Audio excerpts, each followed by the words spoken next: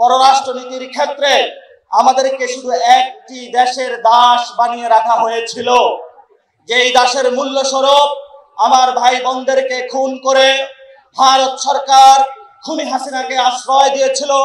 কিন্তু আমরা গণ অভ্যুত্থান পরবর্তী বিশ্ব মঞ্চে নতুনভাবে বাংলাদেশকে হাজির করতে চাই। বিশ্ব মঞ্চে বাংলাদেশের যে সম্ভাবনা রয়েছে, তরুণ প্রজন্মের যে সম্ভাবনা রয়েছে, আমাদের নারীদের যে সম্ভাবনা রয়েছে, বাংলাদেশের বৈচিত্র্যের যে সম্ভাবনা রয়েছে, বাংলাদেশের কৃষ্টি কালচারের যে সম্ভাবনা রয়েছে, বাংলাদেশের মুসলমানদের যে সম্ভাবনা রয়েছে, বাংলাদেশের ইসলামিক জনগণের যে সম্ভাবনা রয়েছে, সেই সম্ভাবনাগুলো আমরা বিশ্ব মঞ্চে হাজির করতে চাই। এই উপস্থিতি, বাংলাদেশ যদি বিশ্ব মঞ্চে হাজির হয়, সেইখানে নতুনভাবে আমরা চিন্তা করব। কোন দাস ভিত্তিক বিশ্ব মঞ্চে আমরা বিশ্বাসী নয়।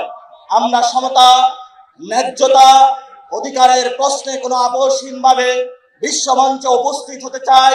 আমরা আমাদের এখানে রোহিঙ্গা সংকট থেকে শুরু করে গাজা সংকট, কাশ্মীর সংকট, ইয়ামেন সংকট থেকে শুরু করে বিশ্বের যে জায়গায় নিপীড়িত মানুষ রয়েছে, তাদের সাথে আমাদের পররাষ্ট্রনীতির প্রথম ধাপ সংযোগ হবে।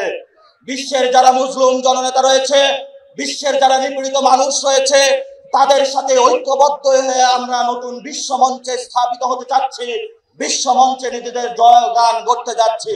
আপনারা জানেন, বাংলাদেশে আমরা গত 50 বছরে কোনো একটি দল বলি, দুটি দল বলি, সংবিধান বলি, সর্বক্ষেত্রে এক বা দুটি দেশ বা তিনটি দেশ বা বিদেশি সাহায্য নির্ভর বা জাতিসংঘের যে সিকিউরিটি কাউন্সিল রয়েছে, সেগুলোর বাহিরে গিয়ে পৃথিবীতে অন্যান্য রাষ্ট্র যে বিরাজ করে, সেই বিরাজমান রাষ্ট্রগুলোর সাথে আমরা কখনো সম্পর্কের ভিত্তিতে নতুন একটি দেশকে চিন্তা ভাবনা করতে পারবো, তা পলিটিক্যাল যারা কমিউনিটি রয়েছে, রাজনৈতিক নেতৃবৃন্দ রয়েছে, তাদের মধ্যে সেই মনোমধ্যে আমরা কখনো সেই শুভবুদ্ধির উদয় দেখি নাই।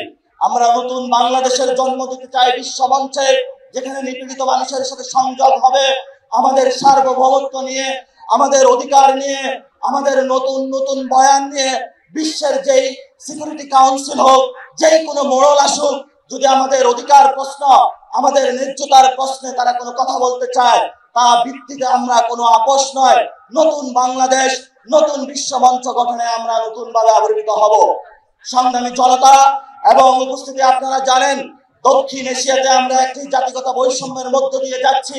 এখানে দলিতদেরকে নিপীড়ন করা হয়েছে, মুসলমানদেরকে নিপীড়ন করা হচ্ছে, বাঙালিদেরকে নিপীড়ন করা হচ্ছে, বিভিন্ন জায়গায় যারা জাতিগোষ্ঠী রয়েছে তাদেরকে নিপীড়ন করা হচ্ছে।